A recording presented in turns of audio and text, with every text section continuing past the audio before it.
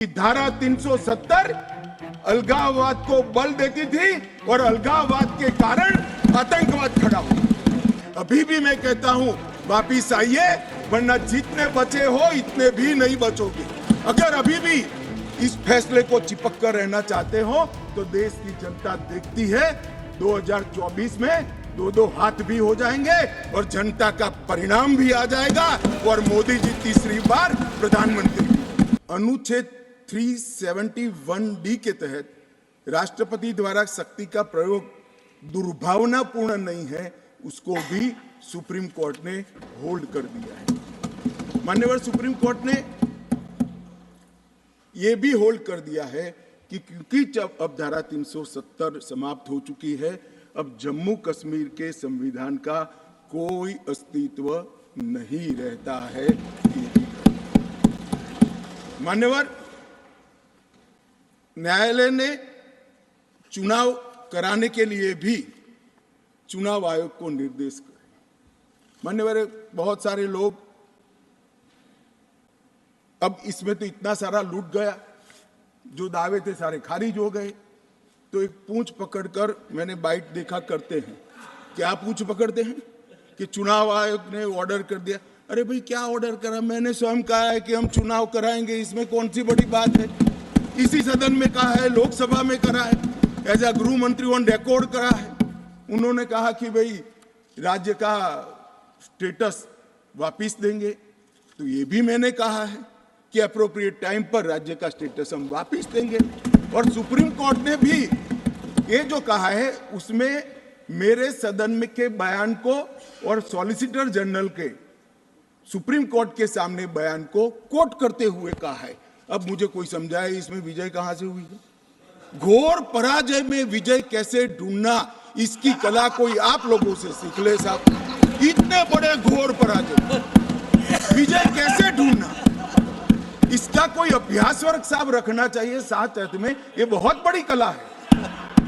मैं तो आज अगर उनके जैसे मेरे विचार होते तो ये सुप्रीम कोर्ट के जजमेंट को देखकर डिप्रेशन के मारे एक महीना सदन में ना आता, मगर ये तो प्रेस कर रहे हैं। और कांग्रेस पार्टी ने आज प्रेस करी मान्यवर, और प्रेस में क्या किया कहा कांग्रेस पार्टी ने? कांग्रेस पार्टी ने ये कहा मान्यवर कि ये जजमेंट आने के बाद भी हम मानते हैं कि धारा 370 को गलत तरीके से हटाया गया है। अब मान्यवर, देश के दोनों सदनों ने, देश की संसद की दोनों सदनों ने राष्ट्रपति के सीओ को अनुमोदना दे दी, कानून पारित हो गया, कानून नोटिफाइड हो गया। किसी ने चैलेंज भी किया सुप्रीम कोर्ट में, ठीक है, सबका अधिकार है, करना चाहिए। सुप्रीम कोर्ट में एक लंबी बहस भी हुई, 5 जजों की बेंच बनी और 5 सीनियर मोस्ट जज बने, बैठे इसमें, लंबी बहस, सबकी सुनवाई हुई, आज फैसला भी आ गया।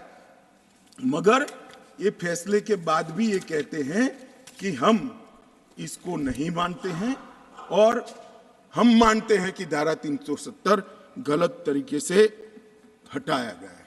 मान्यवर, मैं इनको नहीं समझा सकता, मेरी तो मर्यादा है ऐसा, नहीं समझा सकता कि वास्तविकता क्या है। हमें समझना चाहिए कि 42,000 लोग मारे गए हैं। क्यों मारे गए हैं? सवाल हिंदू मुस्लिम का नहीं है। इनसे ज्यादा मुसलमान गुजरात में है, कश्मीर से ज्यादा मुसलमान उत्तर प्रदेश में है, कश्मीर से ज्यादा मुसलमान बिहार में है, कश्मीर से ज्यादा मुसलमान आसाम में है। क्यों वहां अलगाववाद नहीं हुआ? क्यों वहां टेररिज्म नहीं हुआ?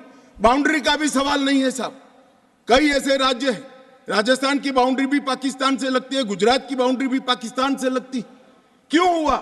क्योंकि धारा 370 अलगाववाद को बल देती थी और अलगाववाद के कारण आतंकवाद खड़ा हुआ। ये समझना ही नहीं था। एक गलत फैसला हो जाता है, कितने भी बड़े आदमी से हो सकता है, किसी भी पार्टी से भी हो सकता है, मगर जब इतिहास सिद्ध कर दे, समय सिद्ध कर दे, ये फैसला गलत है। देश के हित में वापिस आना चाहिए। अभी भी मैं कहता हूं, वापिस आइए, वरना जितने बचे हो इतने भी नहीं बचोगे।